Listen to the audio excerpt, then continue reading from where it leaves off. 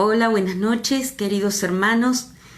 Bueno, en esta noche de Corpus Christi, esta fiesta, esta solemnidad tan importante de la Iglesia Católica, ¿no?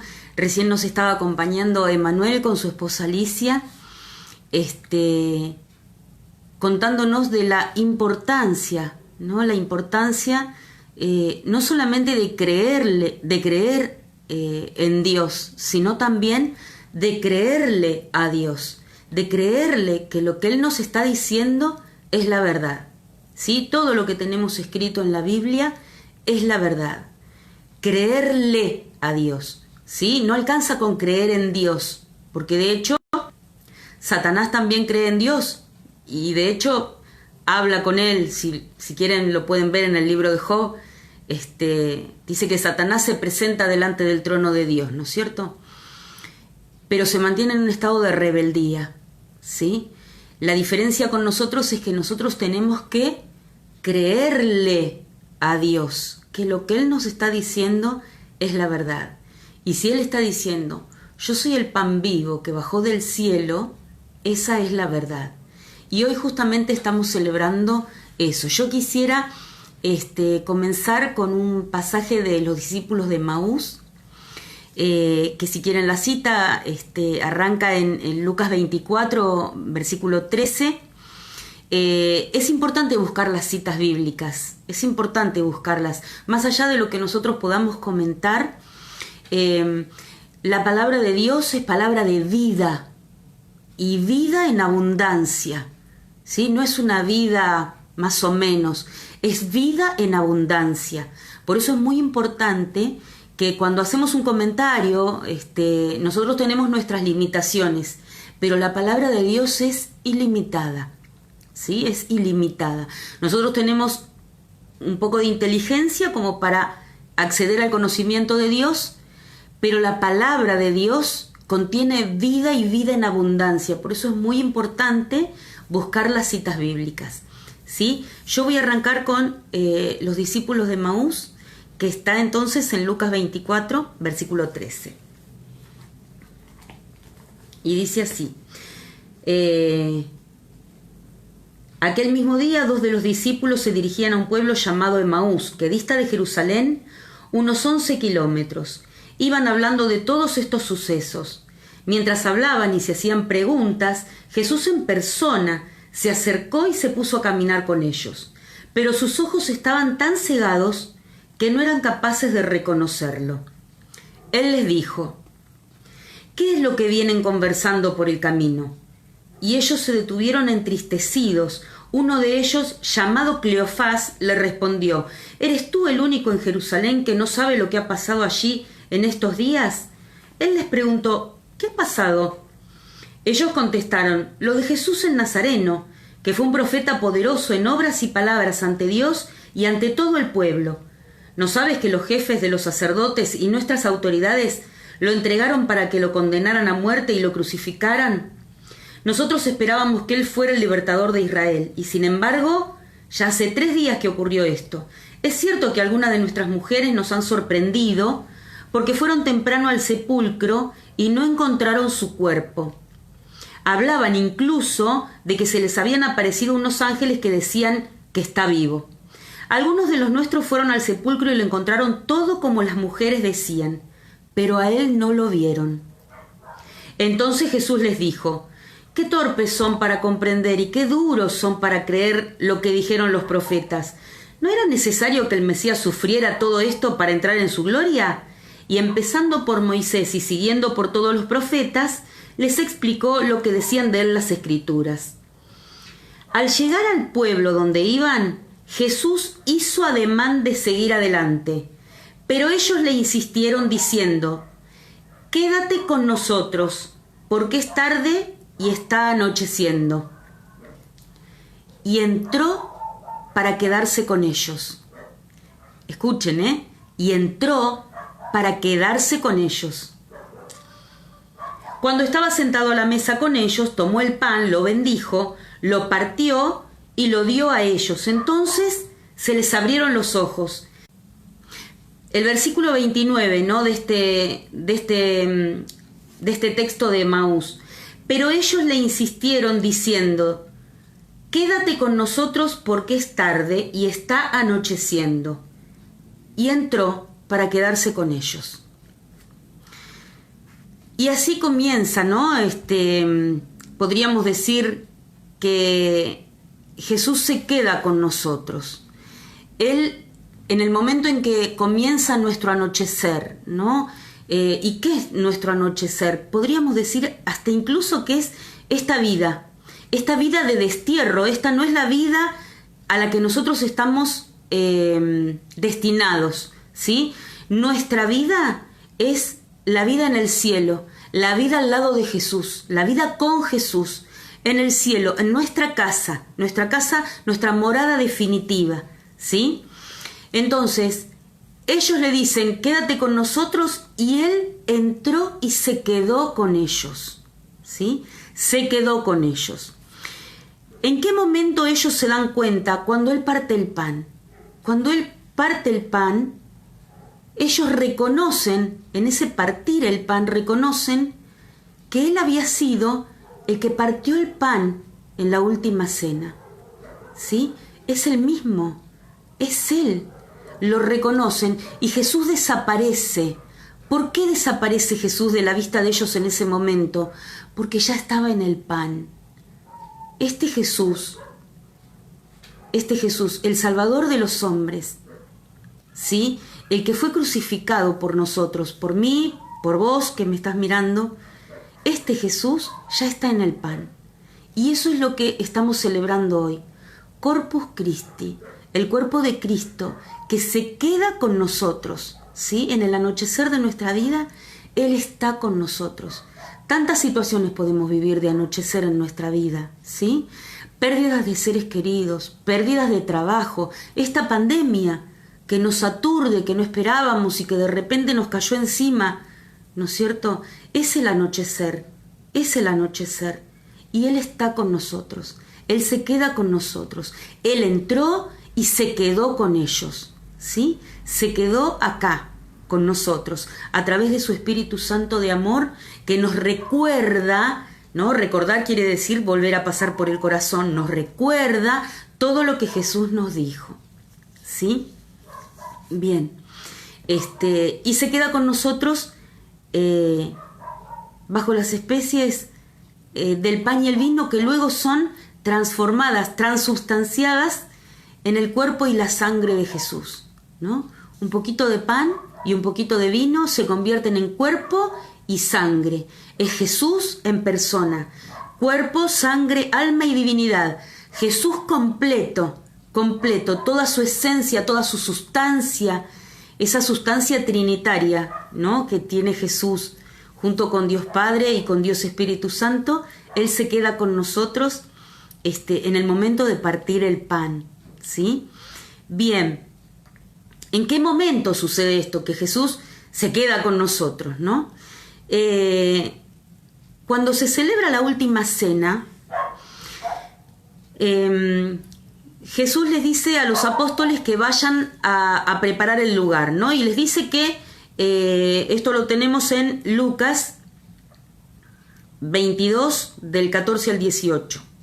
Les dice que vayan a buscar ese lugar donde Él va a celebrar la Pascua, hablando de la Pascua judía, ¿sí? Lo que los apóstoles no sabían, sus amigos de ese momento no sabían, era que Él, además de preparar de celebrar con ellos la Pascua judía, va a celebrar la nueva Pascua, ¿sí? La última, definitiva y nueva alianza de Dios con los hombres, en su sangre, ¿sí? En su cuerpo y en su sangre.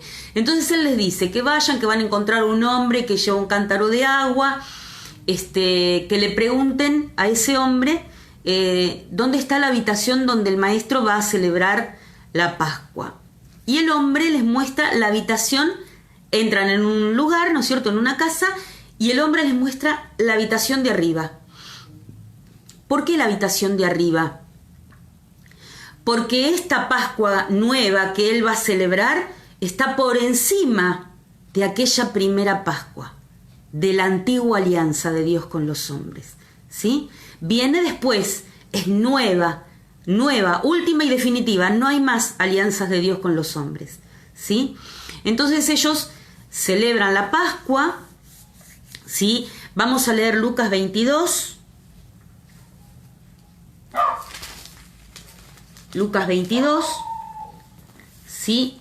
Desde el versículo 14 en adelante, ¿sí?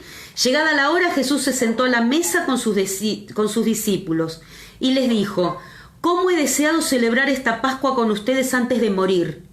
Porque les digo que no la volveré a celebrar hasta que tenga su cumplimiento en el reino de Dios. Tomó entonces un cáliz, dio gracias y dijo: Tomen esto y repártanlo entre ustedes, pues les digo que ya no beberé del fruto de la vid hasta que llegue el reino de Dios. Después tomó pan, dio gracias, lo partió y lo dio a sus discípulos diciendo: Esto es mi cuerpo que se entrega por ustedes. Hagan esto en memoria mía. Y después de la cena, hizo lo mismo con el cáliz. Fíjense, ya había levantado antes el cáliz, ahora lo vuelve a levantar. Después de la cena, hizo lo mismo con el cáliz, diciendo: Este es el cáliz de la nueva alianza, sellada con mi sangre, que se derrama por ustedes. Pero el que me entrega está sentado conmigo en esta mesa, porque el Hijo del Hombre se va, según lo dispuesto por Dios, pero ay de aquel que lo entrega. Palabra de Dios, te alabamos, Señor. Fíjense, ¿no? Dos veces en este pasaje, dos veces el Señor levanta el cáliz. La primera vez que lo levanta está celebrando la antigua Pascua, junto con sus amigos. Todos pertenecían al pueblo judío, todos celebraban la Pascua, ¿no? La antigua alianza de Dios con los hombres a través de Moisés. Pero después de eso, cuando terminan de cenar, Jesús vuelve a levantar el cáliz y les anuncia la nueva alianza en su sangre, ¿sí? Sangre que será derramada para el perdón de nuestros pecados. Y acá tenemos el cumplimiento de la promesa de Jesús, ¿sí? Esta es la promesa. Su cuerpo se sacrifica por nosotros, ¿sí? Él le da cumplimiento total, cabal y absoluto a la palabra de Dios. Y se queda con nosotros hasta el fin de los tiempos. Hasta el fin de los tiempos, hasta el último respiro, hasta el último suspiro, hasta el último minuto, Jesús se queda con nosotros, ¿sí? Bien. Entonces, un poquito más adelante, Jesús les dice a los apóstoles, ¿no? Hagan esto en conmemoración mía. Es una orden. Hagan esto en conmemoración mía. Y a partir de ese momento, los apóstoles comienzan a reunirse. Una vez que Jesús es crucificado, ellos comienzan a reunirse y lo hacen de una manera particular, siguiendo las órdenes de Jesús, ¿sí? Lo tenemos en Hechos 2, 42. Muy bien. Vamos a Hechos 2. Hechos 2 dice: los que habían sido bautizados se dedicaban con perseverancia a escuchar la enseñanza de los apóstoles, vivían unidos y participaban en la fracción del pan y en las oraciones. Lo que hacemos nosotros, participar de la fracción del pan y de las oraciones, juntos, unidos. Todos estaban impresionados porque eran muchos los prodigios y señales realizados por los apóstoles. Todos los creyentes vivían unidos y lo tenían todo en común. Con perseverancia acudían diariamente al templo, partían el pan en las casas y compartían los alimentos con alegría y sencillez de corazón. Y alababan a Dios y se ganaban el aprecio de todo el pueblo. Por su parte, el Señor cada día agregaba al grupo de los creyentes a aquellos que aceptaban la salvación. Aceptar la salvación significa aceptar a Jesús en tu corazón. Aceptar que Jesús tome las riendas de tu vida, ¿sí? Y que sea Él el que maneje y no vos. Que sea Él el que diga lo que hay que hacer y no vos. Renunciar a nosotros mismos. De esto se trata, ¿sí? Renunciar a nosotros mismos, ¿sí? El que quiera ser mi seguidor, el que quiera venir conmigo, que tome su cruz y me siga, ¿sí?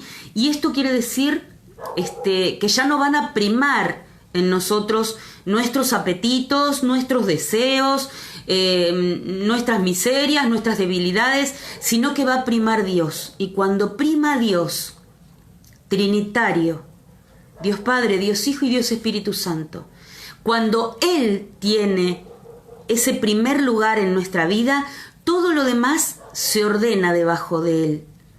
Cuando primamos nosotros en nuestra vida, ¿sí? Nuestros deseos, nuestros apetitos, nuestra carnalidad, cuando prima eso, sobrevienen grandes disgustos para nosotros y para los que nos rodean, ¿sí?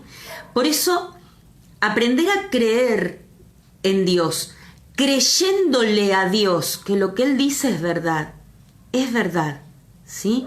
Vivir esta vida de fe en la que nosotros nos reunimos, que participamos juntos de la fracción del pan, que hacemos oraciones juntos, que estamos rezando la novena al Sagrado Corazón, que estuvimos rezando para Pentecostés también, ¿no es cierto? Y todas estas cosas hacen que nosotros nos mantengamos unidos. Y donde están dos o más reunidos en mi nombre, ahí estoy yo en medio de ellos, ¿sí? Entonces ahí está el Señor en medio de nosotros, ¿sí? Cuando nosotros estamos unidos, aunque no nos podamos ver porque estamos en un periodo de aislamiento, no nos podamos ver, igual podemos rezar juntos y el Señor está en medio de nosotros. Y Él no se mueve de ahí porque su promesa dice que Él se queda con nosotros hasta el fin de los tiempos. Y eso es lo que Él va a hacer. Dios es veraz. Nosotros podemos creer ciegamente que lo que Él está diciendo es la verdad. Muy bien. Entonces, en aquel momento eran los apóstoles los que congregaban a la gente, ¿no? Se reunían todos juntos y hacían lo que nosotros hacemos hoy, ¿no? Reunirnos, participar de las oraciones, participar de la fracción del pan. Después esos apóstoles se fueron diseminando, ¿sí? Fueron uno para cada lado y fueron estableciendo las primeras comunidades cristianas. Lo hacían de la misma manera que Jesús les dijo: hagan esto en memoria mía. Por eso la misa y la Sagrada Eucaristía es memorial, no es memoria, es memorial. Esto quiere decir que cada vez que nosotros celebramos juntos la Eucaristía, presidida por nuestro párroco o por otro sacerdote, se actualiza este misterio. Esta entrega de Jesús es nueva, es viva, está viva, es eficaz y es en ese momento, ¿sí? De manera incruenta, pero se vuelve a realizar. No es que nosotros nos estamos acordando, sino que está sucediendo en ese momento. La misa es pasión, muerte y resurrección. En cada misa se celebra la pasión, muerte y resurrección del Señor. Esto es el memorial de la pasión de Cristo. Nuestra misa, nuestra Santa Misa, que viene siendo celebrada desde aquella última cena hasta nuestros días por la sucesión apostólica, ¿sí? Nuestros obispos son los sucesores de los apóstoles, de esos apóstoles que vivieron con Jesús, ¿sí? Bueno, y además de darles este encargue de hagan esto en memoria mía, bueno, Jesús también les da otras indicaciones, ¿no? Les dice que vayan por todo el mundo, haciendo discípulos a todos los pueblos, ¿sí? A todos los pueblos, hasta Samaria y hasta los confines de la tierra.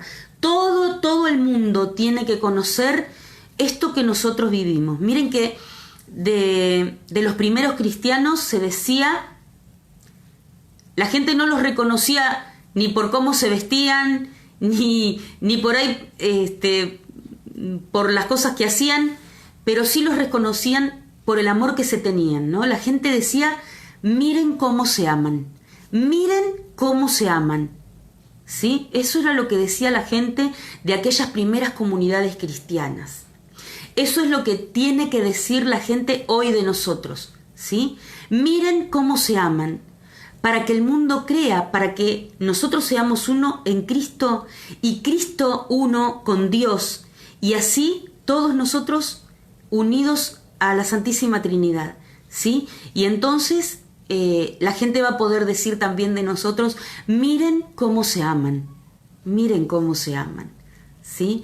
Este es otro de los mandatos del Señor, ¿no? Amarás a Dios con todo tu ser, con toda tu alma, con todo tu corazón, con todo tu espíritu. Amarás a tu prójimo como a ti mismo, ¿sí? Entonces, lo que no me gusta para mí, no se lo tengo que hacer a nadie, y lo que sí quiero para mí, lo tengo que practicar con los demás, ¿sí? Traten a los demás como les gustaría que los traten a ustedes. Esa es toda la ley y todos los profetas. Qué tan sencillo, ¿no? Entonces, bueno, estaba pensando, ¿no? Ayer estábamos meditando las lecturas de la misa de hoy con mis hermanas en la fe de Sagrada Familia, y una de ellas nos llamaba la atención, ¿no? Acerca de cómo pensó Dios la Eucaristía. Qué maravilla, ¿no? De qué manera, de qué mejor manera podría ser la Eucaristía parte de nosotros que siendo nuestro alimento, ¿sí? Yo escuchaba hoy un video de Sor Verónica, una hermana religiosa, donde hablaba y ella decía que la Eucaristía es un abrazo esponsal, ¿sí? Como el abrazo de los esposos, así se abraza Jesús a nuestra alma cada vez que nosotros comulgamos. Y mi hermana de comunidad, se llama Graciela, ella nos decía qué bien pensada la Eucaristía, de qué manera tan admirable el Señor pensó la Eucaristía, de qué manera tan perfecta, de qué otra manera podría haber sido, ¿no? Parte nuestra que no sea comiéndonos su cuerpo y su sangre, ¿no? Y su sangre, que en el momento de comulgar, la sangre de Jesús corre por nuestras venas y nuestras arterias. Y en el momento de comulgar, el corazón de Jesús, un corazón de amor ardiente como nosotros no podemos ni siquiera imaginar. No nos alcanza nuestra mente pequeñita para imaginar la hoguera de amor ardiente que es el corazón de Jesús, pasa a formar parte de nuestro corazón, ¿sí? De nuestro corazón. ¿De qué otra manera más perfecta y más maravillosa podría haber sucedido esto, ¿no? El Señor que se queda hasta el fin de los tiempos con nosotros y que nos da a comer su cuerpo y su sangre. ¿Y qué obra en nosotros este cuerpo y esta sangre de Cristo, no? Este Corpus Christi, ¿qué obra en nosotros? Obra las maravillas impensables, que nosotros podamos reconciliarnos con aquellos que no podemos, no alcanzamos por nuestros medios a reconciliar. Pero además logra que los problemas, las distintas eventualidades que van surgiendo a nuestro alrededor vayan tomando un sentido, vayan cobrando un sentido, y Él tiene la capacidad, porque es Dios, y lo tenemos dentro de cada uno de nosotros. Él tiene la capacidad de cambiar nuestra realidad. Todos los sucesos que ocurren a nuestro alrededor, a Él no se le escapa ni uno, y nos ama con amor esponsal, hombres y mujeres por igual. Él es nuestro esposo y nosotros somos la iglesia, la esposa de Cristo. Y esto sucede cada vez que nosotros comulgamos. En este momento no estamos pudiendo comulgar sacramentalmente, pero podemos hacer la oración de comunión espiritual. Y Jesús viene igual a nuestro corazón, ¿sí? ¿Qué otras cosas obra aparte de reconciliaciones y cosas? Jesús es capaz de sacarte de la peor de las depresiones. Les doy mi testimonio porque yo lo viví. porque yo lo viví. Es muy difícil comprender el estado de depresión para el que nunca lo sufrió. Es muy difícil comprender por qué una persona no se quiere mover, no tiene ánimo para levantarse de la cama, no quiere cocinar, no quiere... Es muy difícil. Y sin embargo, puesta en oración en un estado así que me tocó pasar, Él me sacó. Él me sacó. ¿Sí? Puso cerca mío los medios que yo necesitaba para poder curarme. ¿Sí? Miren, los psicólogos nos pueden ayudar en los procesos del pensamiento, pero solamente Jesús entra hasta el fondo de nuestra alma y toca con su dedo esa llaga que nosotros tenemos abierta y la cauteriza, porque Él es Dios. Solamente Él es Dios. Solamente Él. Nadie más puede hacer lo que Él hace. Solamente Él. Y esta maravilla la tenemos en la Eucaristía. En la Eucaristía. Hay muchas cosas, ¿sí?, que Jesús puede hacer por nosotros. Y Él quiere hacerlas. ¿Sí? Él quiere hacerlas. ¿Recuerdan lo que le dijo el leproso? Señor, si quieres puedes curarme. El leproso sabía que si él quería lo podía curar, y que Jesús, que le dice, quiero, y lo toca, cuando en ese momento nadie tocaba a un leproso, y el leproso se sana. Si quieres puedes curarme, y Jesús dice, quiero curarte, quiero sacarte de ese lugar en el que estás, quiero solucionarte los problemas, quiero que tengas vida y que la tengas en abundancia. Y este es nuestro Dios. Este es el Dios altísimo del cielo que bajó a vivir entre nosotros y que se quedó. Él entró y se quedó con ellos. Y se queda con nosotros hasta el fin de los tiempos. Una maravilla, una maravilla. La Iglesia Católica es inmensamente rica. Nosotros no nos alcanza el pensamiento para saber, para conocer los tesoros que tiene nuestra Iglesia. Hoy celebramos Corpus Christi, el cuerpo y la sangre del Señor, que se queda con nosotros, ¿sí? Que entra y se queda con nosotros en el anochecer de nuestras vidas. Bueno, estamos felices de haber podido compartir con ustedes, de poder estar teniendo estos encuentros virtuales por ahora. Bueno, si Dios quiere, ya más adelante podremos volver a reunirnos, volver a estar juntos, ¿sí? Para la fracción del pan, para rezar todos juntos, ¿sí? Y para hacer que todos los pueblos sean discípulos del Señor, ¿sí? Así que bueno, yo me despido de ustedes y les agradezco por haber estado ahí del otro lado, y gracias a Emanuel y Alicia que bueno, nos acompañamos hoy, ¿sí? Nos acompañamos. Bueno, muchas gracias a todos por estar ahí, y feliz Corpus Christi, este Señor que ha quedado a vivir entre nosotros, ¿sí? Feliz Corpus Christi para todos, para toda la Iglesia, esposa de Jesús.